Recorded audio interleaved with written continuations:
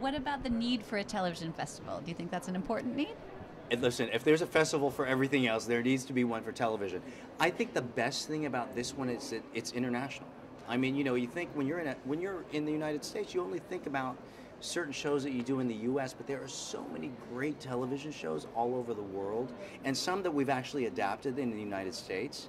So why not? I think there should be a competition for it, just like there's a competition for everything else.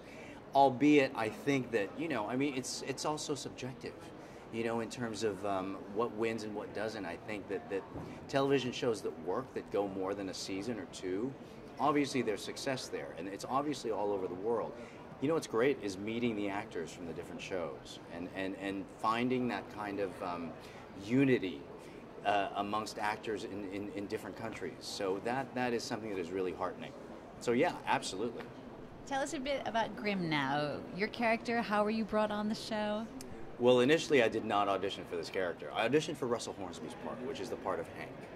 And I remember it came down to 3 of us. And Russell and I were walking in the parking lot after the audition. I said, if I don't get it, I hope you get it.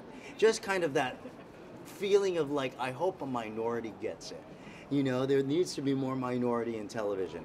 And 10 minutes later, he got the call, and I went, great, that's fantastic. I love Russell Hornsby. Another like 10 minutes later, I got a call, and they said, well, they didn't use you for Hank, but they would like to write a role for you. Would you be interested in that? And I thought, yeah. Just stop the, because you know, pilot season is so difficult in Los Angeles. It really is. It's like you're on the chopping block all the time, you know. And I was about to audition for 2 other pilots, and I was about to test for Awake and The River.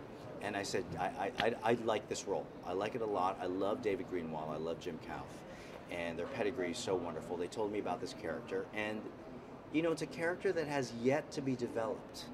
And he's one that is sarcastic, whip smart, and they can take him anywhere they want to take him, which is exciting and nerve-wracking at the same time. So I flipped through a new script going, is this my last script? Is this my last script?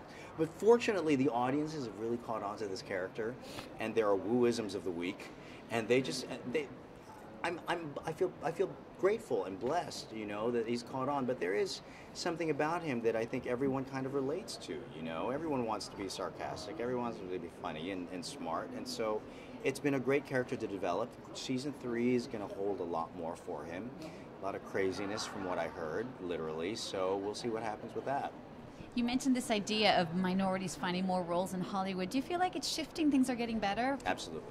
I really do. I really do feel like, and I hope my premonition is correct in that things are shifting, because before it used to be get an Asian or get a minority in that show, and now it's not enough. It's not enough to just have a minority in a show to fill a quota.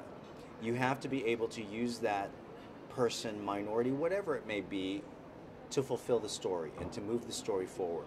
Because many times you'll have an Asian American character as like a secondary character, whatever. You know, it's not enough anymore. I think we're part of society, and I think it's important. We're part of American society. I think it's important to move us into that realm where we are part of the culture and part of society.